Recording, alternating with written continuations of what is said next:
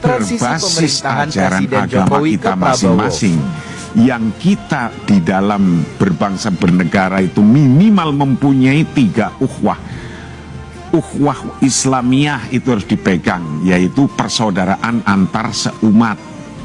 Ukhuwah Basariyah kita harus mempererat, yaitu persaudaraan antar individu manusia, Basariyah. Tapi ini harus ditingkatkan dari 2 ini, harus ada ukhuwah watoniyah, yaitu persaudaraan sebangsa setanah air. Alhamdulillah terjaga sampai hari ini, maka bisa hidup bersama-sama. Jangan sampai hanya karena politik 5 tahunan sekali, kemudian ini ukhuwah ini bisa pecah, berubah.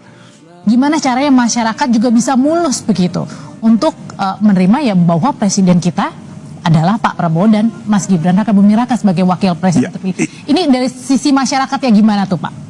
Kita orang yang beragama, ajaran agama kita sudah menjelaskan dengan gamblang sekali tadi. Karena di Indonesia sudah ada aturannya, ada nizamnya, ada undang-undangnya. Sudah terpilih, sudah. Besok setelah sudah terpilih, besok step berikutnya tinggal dilantik. Setelah dilantik kemudian akan membentuk kabinet-kabinet. Ini kan aturan-aturan. Ikutin saja aturan ini, nggak usah mikir yang jauh-jauh atau gitu ya? Yang mikir terlalu pendek, nanti akan ada begini, nanti ada akan begini.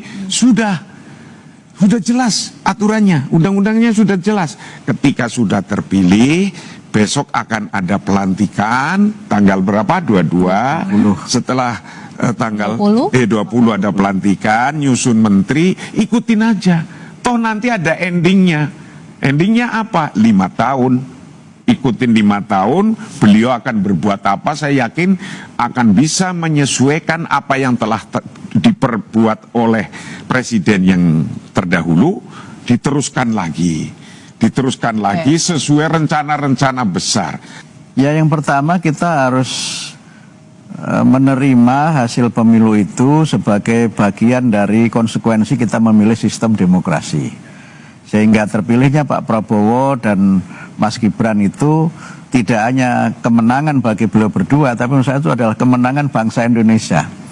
Karena pemilu yang damai, pemilu yang tertib, itu menjadi bagian dari kedewasaan kita di dalam berdemokrasi.